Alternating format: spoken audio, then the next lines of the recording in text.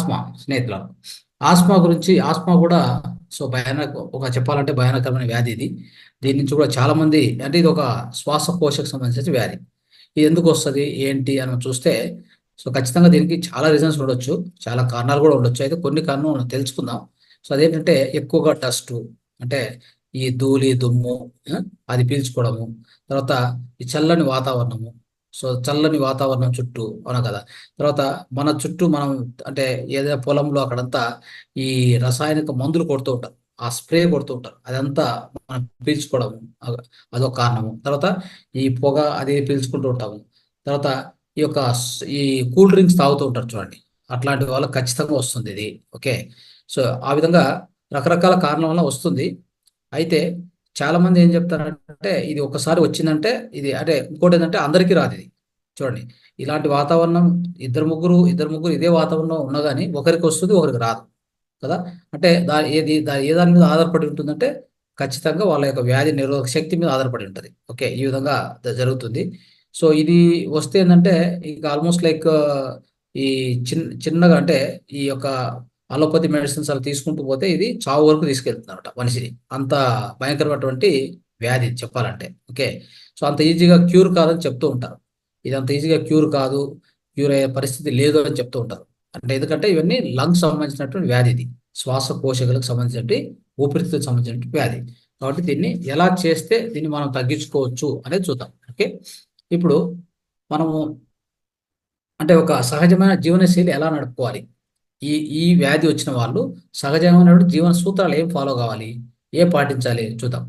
ఒకటి, ఈ ఆస్మా వచ్చినటువంటి వాళ్ళు ఖచ్చితంగా ఏం చేయాలంటే ప్రతిరోజు తల స్నానం చేయాలి. గుర్తుపెట్టుకోండి. ఓకే. తర్వాత తల స్నానం చేసిన తర్వాత ఏం చేయాలంటే ఈ యొక్క ఎంట్రుకలను అంటే గట్టిగా అంటే ఆరబెట్టుకోవాలి, నీట్గా ఆరబెట్టుకోవాలి. ఓకే. అది కూడా కోల్డ్ వాటర్ అయినా పర్లేదు, హాట్ వాటర్ అయినా పర్లేదు, రెండింటితో చేయొచ్చు స్నానం, నో ప్రాబ్లం. తర్వాత వీళ్ళు ఎట్టి పరిస్థితుల్లో షాంపూ కానీ సోప్ కానీ యూజ్ చేయకూడదు. యూజ్ చేస్తే సీకాకాయ పౌడరు, తర్వాత ఏదైనా ధాన్యంతో చేసినటువంటి పౌడర్ అంటే గ్రౌండ్ నట్ పౌడరు, సో తర్వాత అలాంటి బేళ్ళతో చేసినట్టు పౌడర్ ఉంటుంది కదా, అట్లాంటి పౌడర్ని మాత్రమే మనం ఉపయోగించుకోవాలి. ఇది దేహానికి కూడా శుద్ధి చేసుకోవడానికి. సోపు షాంపూ ఆపేయండి. ఓకే. తర్వాత ఏ ఏదే ఒక కెమికల్తో చేసినటువంటి అన్ని వస్తువులు కూడా కెమికల్తో ఏదైనా చేసి ఉంటారు కదా, అట్లాంటివి ఖచ్చితంగా వాటిని అవాయిడ్ చేస్తూ రావాలి, తప్పిస్తూ రావాలి. అవన్నీ వీళ్ళకి ఖచ్చితంగా అలర్జీని తీసుకొస్తాయి, ఇంకా ఆస్మాను పెంచుతూ పోతాయి. దానివల్ల అది ఖచ్చితంగా పాటించండి. తర్వాత ఇంటి ఇంటి వైద్యంగా ఏం చేసుకోవచ్చు ఈ ఆస్మా వస్తే చూడండి. ఇప్పుడు శుంఠి, తర్వాత మిరియాలు, తర్వాత స్మాల్ హిప్లీ అని వస్తుంది ఒకటి, అది కూడా మిరియాలాగానే ఉంటుంది అనుకుంటా.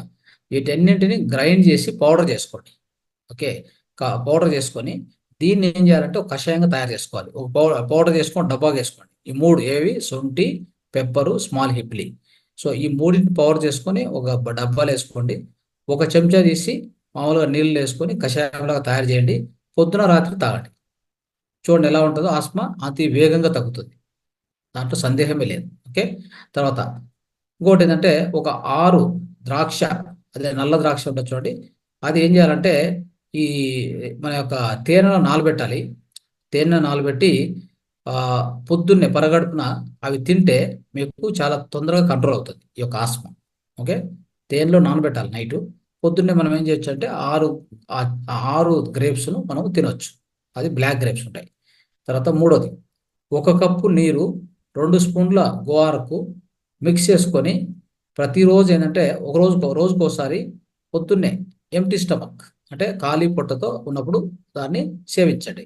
మీకు అద్భుతంగా ఈ యొక్క ఆస్మాకు అద్భుతంగా పనిచేస్తుంది మిత్రులారా. ఇది మనము ఈ యొక్క ఇంటి నివారణ గురించి తెలుసుకున్నాం. తర్వాత ఇప్పుడు ముద్ర ఉంది ఒకటి, అద్భుతమైన ముద్ర, ఏది మన ఆస్మాకి. ఈ ముద్ర తెలుసుకొని ఈరోజు కార్యక్రమాన్ని మనం ముగిద్దాం. చూడండి, ఈ ముద్ర పేరు కూడా ఏంటంటే లంగ్స్ ముద్ర అంటాం, లేదా ఆస్మా ముద్రనే అంటాం. దీన్ని మినిమం ఈ వ్యాధి ఉన్నటువంటి ఆస్మా ఉన్నటువంటి వాళ్ళు 50 నిమిషాల పాటు దీన్ని చేస్తే మంచి ఫలితాలు దొరుకుతాయి.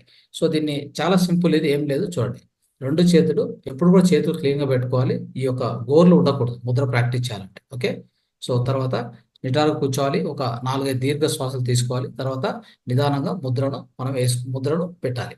ఈ ముద్ర ఎలా ఉంటుందంటే చూడండి, ఈ యొక్క మొత్తం అన్ని వేళల్లో ఈ యొక్క మధ్య వేలు ఇట్లా బెండ్ చేయండి. బెండ్ చేసి ఈ గోరు ప్రాంతం టచ్ కావాలి అంతే.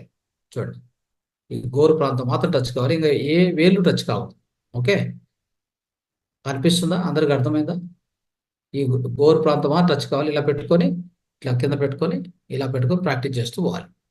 ఇదే ఆస్మా ముద్ర. ఎక్కడ టచ్ అయింది చూడండి, ఎక్కడ టచ్ లేదు. నేరుగా మధ్య వేలు, ఈ గోరు ప్రాంతం, ఆ గోరు ఉంది కదా, అక్కడ టచ్ అయింది అంతే. ఇది ఇంకా మిగతా ఏ వేలు టచ్ చేయదు. ఇది ఆస్మా ముద్ర. కనీసంగా ఒక 30 నుంచి 50 నిమిషాలు ఓపిక మీకు ఎంత సాధ్యమైతే అంత సాధ్యమైనంత వరకు చేయండి. మనకి ఎక్కువ సేపు చేస్తే వ్యాధి ఉన్న వాళ్ళకి తొందరగా తగ్గుతుంది. ఓకే, తర్వాత ఒక 10 నిమిషాలు మళ్ళీ ఇది అయిన తర్వాత ప్రాణముద్ర చేయండి. చేస్తే మీకు సో అద్భుతమైనటువంటి ఫలితము దక్కుతుంది అనమాట.